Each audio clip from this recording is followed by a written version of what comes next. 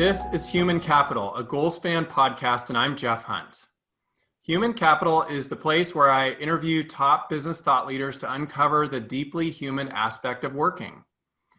On today's show, we will talk about turning disruption into growth, the connection between diversity and belonging. We get to see what it looks like to run human resources and business operations at a sports franchise that has won 6 national championships and is valued at $4.3 billion. My guest today is Erin Dangerfield, who is Vice President of Human Resources at the Golden State Warriors. She is a strategic thinker and HR executive whose career includes experience working in complex, multi-state and multinational environments in a myriad of industries. And at the Warriors, she has the pleasure of managing all human resource functions. Welcome, Erin. Thank you. I'm excited to be here, Jeff. Yeah, how are you doing today?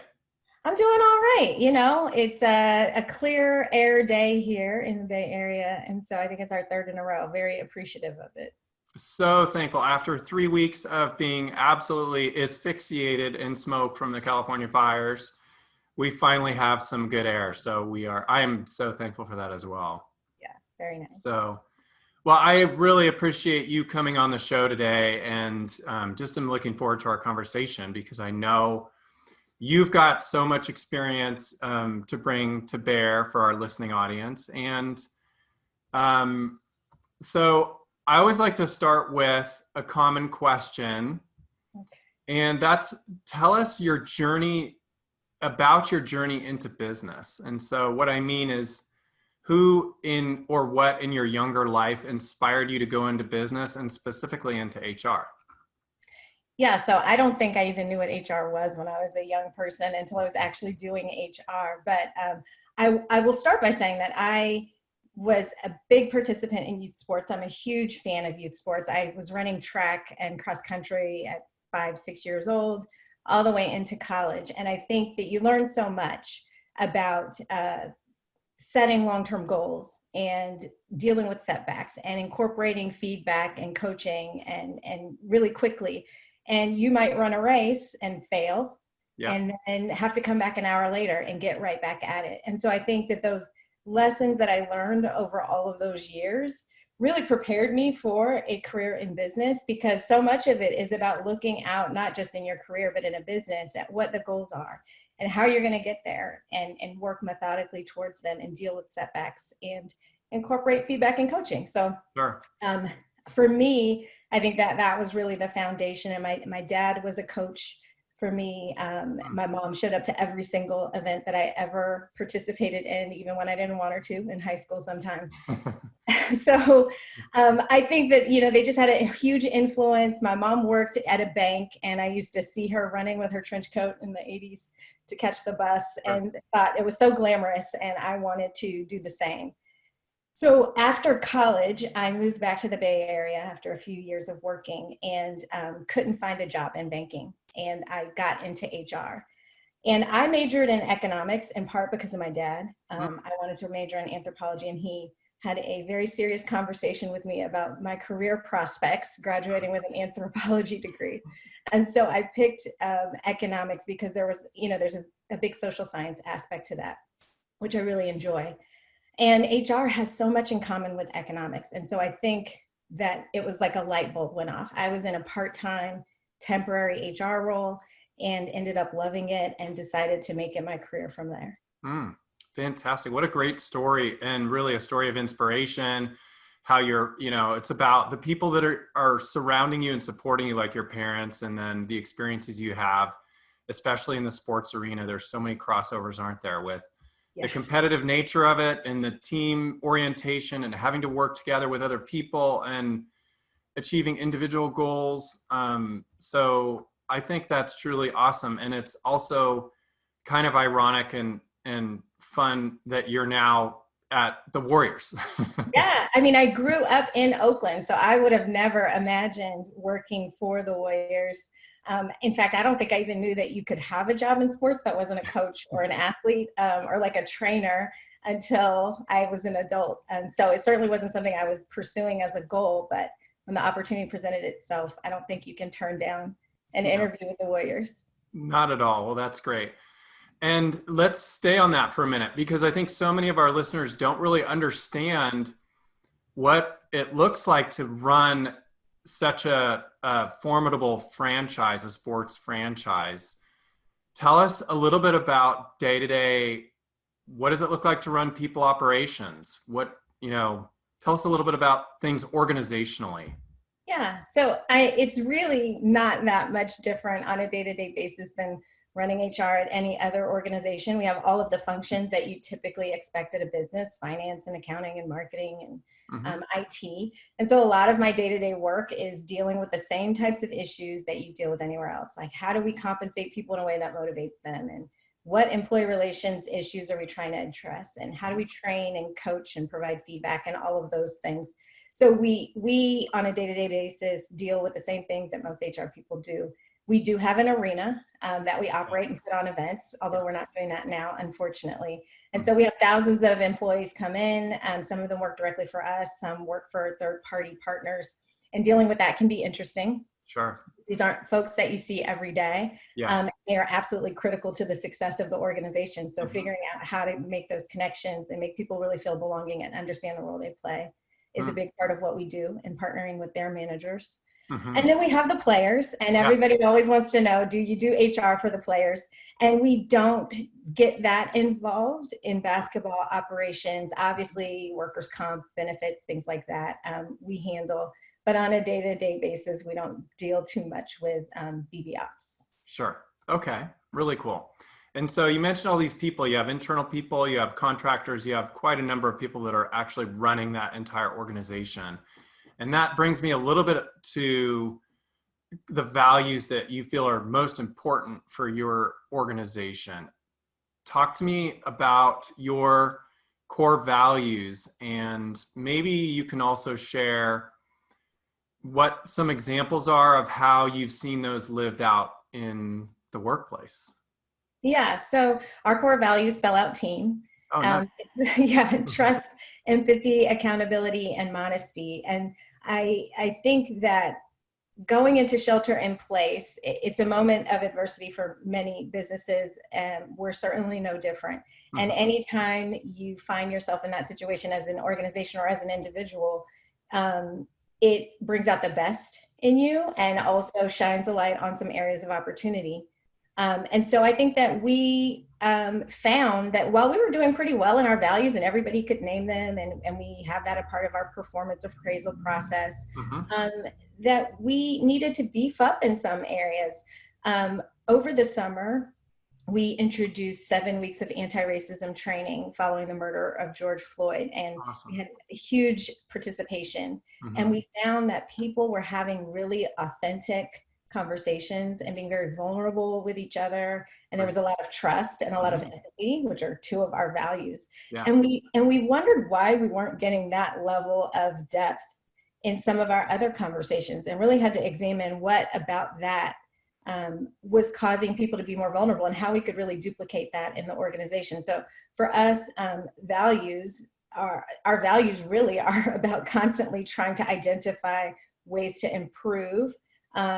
With trust, we have talked about setting sort of core understandings and a baseline understanding of how we expect everyone to behave and come to work in an effort to build trust. Accountability is definitely part of that as well, because you have to trust that the feedback people are giving you is coming from a good place, and assume positive intent. So we constantly talk about assuming positive intent. Empathy, again, really trying to understand where people are coming from. And I think shelter in place has magnified the need for that. And I believe we stepped up to the challenge there. And then modesty is particularly important when you've had a run like we've had last year, notwithstanding on the court. We've had a really great run on the court and off the court. And so making sure that we stay humble and stay modest and continue to push towards our goals, and not rest on our laurels, has been a really important part of the organization, and something we've stepped up even more now that we find ourselves in this uncertain time. That's great. Yeah, and I'm just reflecting on how how much more people want to follow leaders that embody humility versus those that embody pride and it's all about them. So I really applaud you guys. And it's also something that's easily destructed or destroyed, but it's very difficult to keep up and maintain, isn't it? It is. It is. You can, everyone says when you're a winning team, there's kind of a joke in the industry, when you're a winning team, the hot dogs taste better and the beer is colder.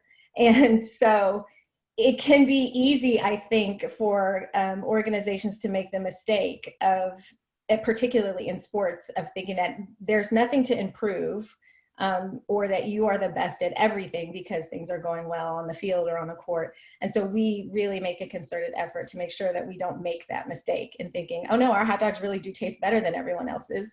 That's not the case all the time. And we have to continually strive to make things better and to innovate and to do the best we can. Yeah, exactly. Well, talking about trust and sort of staying on this theme of your core values, I want to talk about, reflect on the fact that Halloween is just around the corner. And so, to play on this theme, the people wear masks and they wear them in the workplace, even though they may look invisible.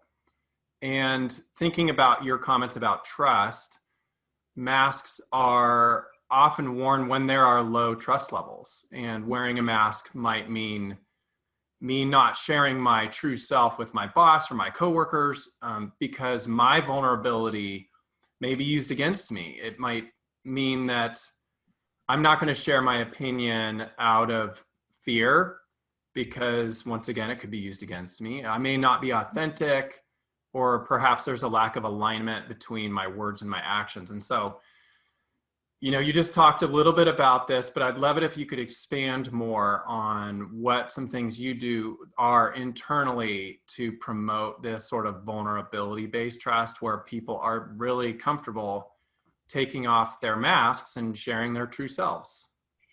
I think that it starts from the top, and it starts with your leadership team being vulnerable themselves. One of the commitments that our president and COO, Rick Welts, made when we went into shelter in place was to communicate to employees every single day. And so he started a daily update, and now it's just called the Daily. And it started with him every day writing things and kind of his thoughts and feelings and things that were happening in the industry. And I remember that he turned it over to one of the women executives in our organization, and she wrote this really heartfelt and meaningful daily about what it was like to be a working mother and the challenges that she had faced, and how she hid it for a long time when she was younger because she thought that it would affect how people viewed her and her career opportunities. And it was like something changed in the organization. All of a sudden you had all of these parents, and women in particular, saying, oh my gosh, I felt that way too. I thought I was the only one. And it created this opportunity for people to talk about this thing that was under the surface that nobody was talking about. And it's a fear that a lot of women have and a lot of parents have. Sure. And since then, we've had more people start writing dailies. And in the beginning, it was mostly senior leaders. And now we have employees from all across the organization write about their lived experience, their experiences with racism, trauma that has happened in their past that has formed who they are. And it has just been this really transformational thing for the organization, and allowed, I think, people to take off those masks and be vulnerable in different ways. We've also tried to set up an environment, particularly now, where we understand that people are in a really difficult situation. People are parenting, they're trying to do distance learning, they have roommates walking around in the background and dogs barking and all kinds of things happening. And really normalizing that stuff and making it okay to bring yourself to work. It's okay that today, your child just needs to sit on your lap during this meeting. And I really believe that allowing people to show themselves, and starting with our leadership team, has created an environment where people feel more comfortable taking off those masks. That's fantastic. Yeah, it's so clearly evident how if you have one person who is willing to be vulnerable and share, how that can be such a catalyst for everyone else. It's such a cultural builder by starting with that one person. So I love that example that you just gave. I want to talk, we've already been talking about disruption, and I'm going to stay on that for a minute, but Friedrich Nietzsche said, what doesn't kill you makes you stronger. And so the benefit of disruption is, if we use it correctly, it's a catalyst for growth and change. And we've already talked about what's been going on in our country, but we just need to call it for what it is. 2020 is basically the year of disruption. We're disrupted from COVID. We're disrupted with severe economic, medical, social disruption. Communities of color continue to be disrupted from acts of racism and violence, and it's so deeply rooted. You guys as an organization are no stranger to disruption. Team operations, you look at the team like we're talking about, they're no stranger with injuries they've had and turnover and all sorts of things. And so if we think about disruption at the employee level, that can be things like missing performance expectations, or, as you mentioned earlier, transitioning to working from home. Possibly could be, being furloughed, or getting a new manager who's incredibly difficult to deal with. And so I would love for you to share your thoughts on disruption. What ways have you grown personally from it, and how do you capitalize on it to promote growth and really build a better future at the Warriors?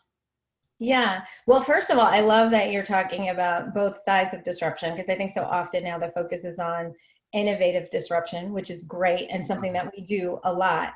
But there's other types of disruption, and they don't always really feel good in the short term. And I personally, one thing that I think about that has really changed my career, but was a really difficult time personally, was after I left Bentley, which is a company I was at for 9 years, I went on to work at a solar company, and I was quickly realizing that I was very unhappy, and it was not a great place for me. And it wasn't the people, and it wasn't the company. It was really me, and not aligning with what I wanted to do. And in that moment, feeling like, if I disrupt my career and try and leave this company, what's going to happen to me? I had all this fear around, is the problem me? I don't know how to adjust after being in a place for 9 years. Is the problem that I don't know how to pick good roles for me, and I don't know what I really want? Am I going to leave and then find myself at another job that I'm not happy at and be stuck there? Am I going to be seen as a job hopper forever and never be able to find another role? Or the biggest fear of, if I don't do anything and I kind of don't disrupt, what happens then? And I really had to push myself to just deal with all of those feelings and figure out how to work through them and lean on my network. And I ended up coming to Alcal, where we met, and I had to take a step back in my career. I took a lower level role in title, in pay, and it ended up being the absolute best decision ever. And so I think keeping sight of the fact that even in difficult moments, there are opportunities, and that where you are today is not where you have to always be. And if you can just find a way to get through it, even if someday it's just like, I just have to make it through today, and then tomorrow, let's see what happens tomorrow. Exactly. So for me personally, I've dealt with some really great, innovative disruption in my career, but that was a time where it was very disruptive, and not in a positive way in that moment. As an organization, we have had a lot of disruption in the last 6 months, particularly when we talk about the front office side of things. And we've always leaned into innovation, and we decided to really try and look at this as an opportunity. Like, this is a really tough time for all of us. There's a lot of uncertainty, but now more than ever, we need to be thinking about, how can we do things differently? How can we improve? What kinds of innovative ideas can we come up with? There are no bad ideas. And it's been critical in continuing to engage employees, because we have a lot of employees whose jobs are focused on events. And so when there are not events, what do they do? And that, as you can imagine, in an already uncertain time, can create even more uncertainty about, well, am I a value to the organization anymore if I don't have anything to do? So trying to really be creative and think of ways to continue to use our employees and keep them engaged, and use it as an opportunity to make some improvements. We've overhauled a lot of things. There's a lot of projects getting done. We've redirected people to work on things like our disaster relief fund, which was hugely engaging for them because they felt like they were doing really great work, and really useful for the organization as well, because we needed that work done. So I think disruption brings opportunity. It's not always easy to see that, because it's tough. But you look at the team, we had some injuries. It gave our young players an opportunity to have far more minutes than they ever would have under normal circumstances. And so there's opportunity in it all. You just kind of have to find it. Yeah, that's great. Well, and one of the things that just resonated with me in terms of what you were sharing, especially about your career change, was you ended up not making those decisions based out of fear. You made, even though the fear was there, you didn't make your decisions out of that. And it's a lesson, I think, for everyone, that when we do make our decisions out of fear, they're usually not good outcomes. If we can get surrounded and supported by people that can help us make these decisions and also do an internal evaluation that's not fear-based, then we end up with a better result. So I really love that. Yeah, definitely. I mean, I probably ended up at that job somewhat out of fear, to your point, because I was leaving Bentley and I knew I was leaving, and I was thinking, gosh, I needed to get a job. And maybe if I'd given it more thought, and not been so afraid to be unemployed, I would have made different decisions. But you can't let one bad decision kind of color how the rest of your career goes or your life goes. So. Not at all. Not at all. And I think those people that do struggle more in terms of building resilience and grit. And if and that's also such a great sports analogy, because the best athletes, you just look at the Warriors, the best athletes really don't focus on making mistakes, and so that's just what happens, and they're resilient in that regard too. So I really appreciate that. Okay, a key trend that we're seeing in the HR space is creating a culture of belonging, which really seems to be the fertile soil for growing diversity in organizations. And without this sort of feeling and sense of belonging for employees, I mean, I'll go out on a limb and say it's really impossible, almost impossible, to create sustainable diversity in organizations that we lead. And just to kind of be clear on how I'm defining belonging, I would say that it's feelings of being included and respected and fully involved at work. And that means with your peers, the team that you work with, the organization, your manager, being more of an insider than an outsider. And so the culture, creating this culture of belonging, can lead to improve diversity as a byproduct rather than making it this check the box event. And so I'm just curious, you guys have had some great discussions. You mentioned about racism and internally, and diversity, in creating this sort of these healthy conversations. What else are you doing to create this high sense of belonging, regardless of whether you're a custodian at the Chase Center or, you're somebody running Rick Welch, running the station?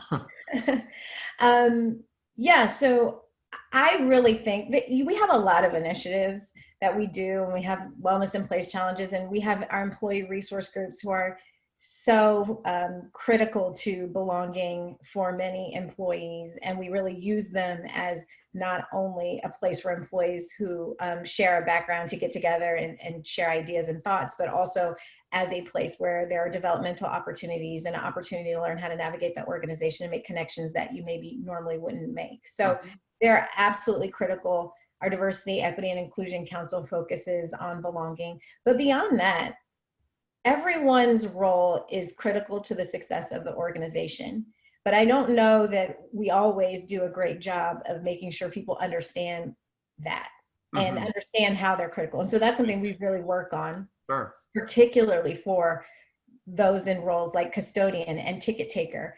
And we tell people at Chase Center, we want people to come and have unforgettable experiences.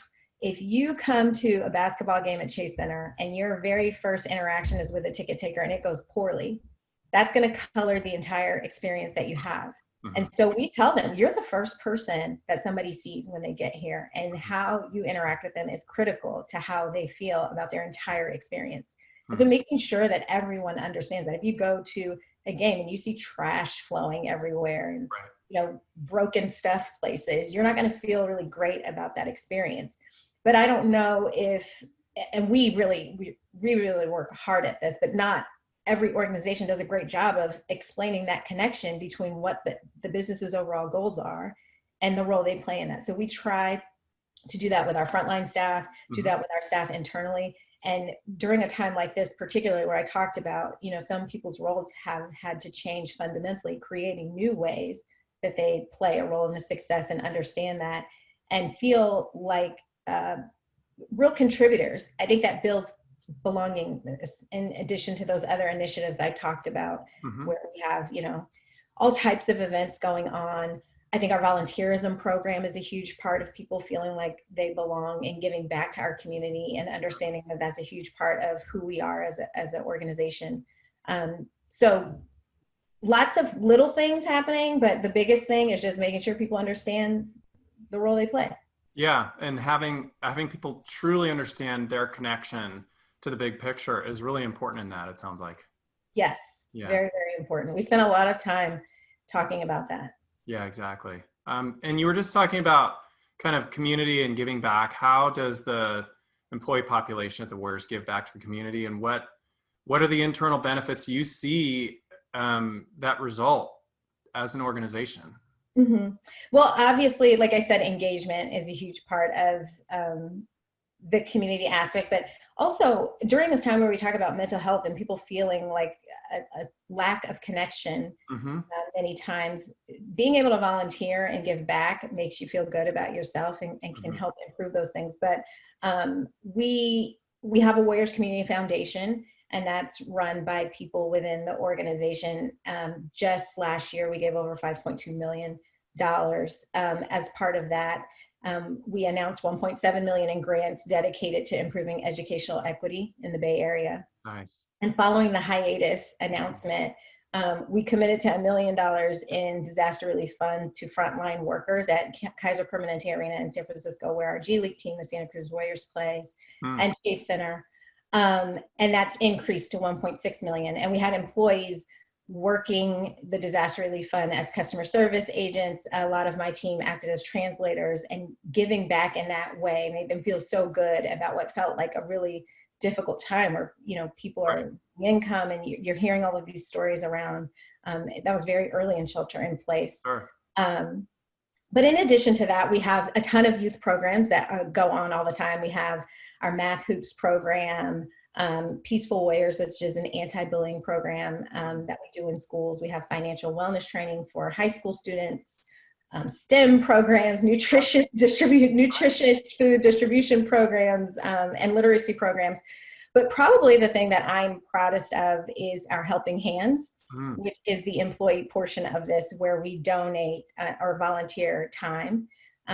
We contribute over 5,000 hours to the area communities in the last season. Since we've gone into shelter in place, we've offered 250 volunteer opportunities, virtual volunteer opportunities to our staff members. And we held a virtual week of service where employees donated 1,000 hours in just that week. They did things like blood donations and partnering with elderly community members just to call and check in on them.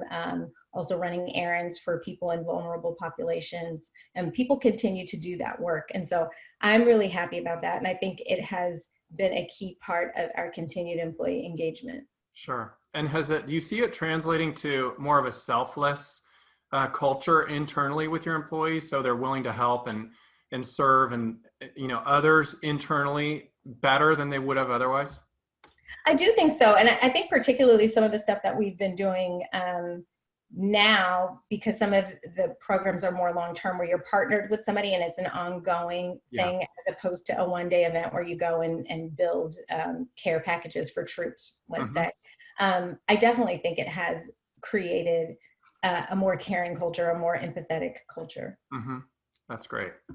Okay. And then I have one more question for you before we'll jump into some lightning round questions, but it's going back to diversity for a minute, but it's talking about diversity, not necessarily only racial diversity, but diversity of viewpoints, gender, age, background, experiences.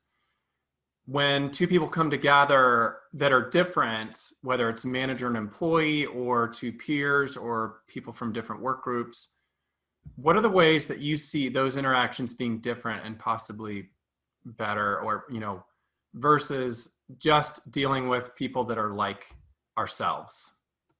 Yeah, I think that they really challenge people to think outside the box. And we talked earlier about innovation and how important that is to us as an organization. And so when you're talking to people who are just like you, it can stifle innovation because it doesn't expand the box. It doesn't expand the ideas that people have. And I know I'm not going to name any of them, but I'm sure anyone listening to this can think of some high profile projects or ads that they've seen where it's clear someone was missing from that conversation, and the outcome wasn't either, it was either bad or not as good as it could have been.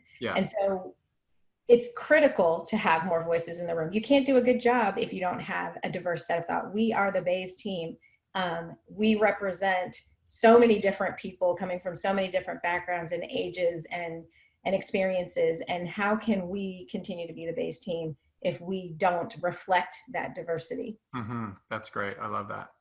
Okay, so let's shift into some lightning round questions. Okay. I'm going to throw these out and you can give me just top of mind. First thing that comes to mind. What positive or negative habit have you picked up since COVID? Snacking. I guess it could be positive or negative. Join the millions of other Americans that are there.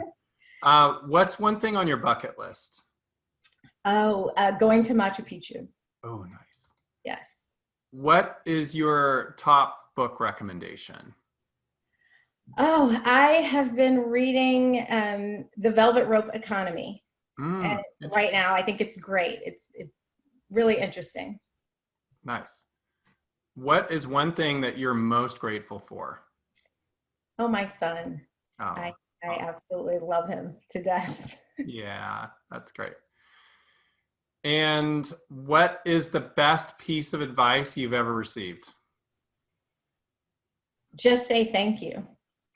Wow, that's great. We could all just think of how much better this country would be if we all did that. Yes, right. It's so simple, but I've carried it with me since I was told that. I think I was a sophomore in high school, and I always remember that. Yeah, exactly. That's great. All right. Well, one final tip for our listeners, and this is not a lightning round question, but speaking to the human capital community, the HR community leaders and managers, what advice do you have for those leaders that want a better seat at the table? If they're wanting to have their views espoused, tell us what you think about that. All right.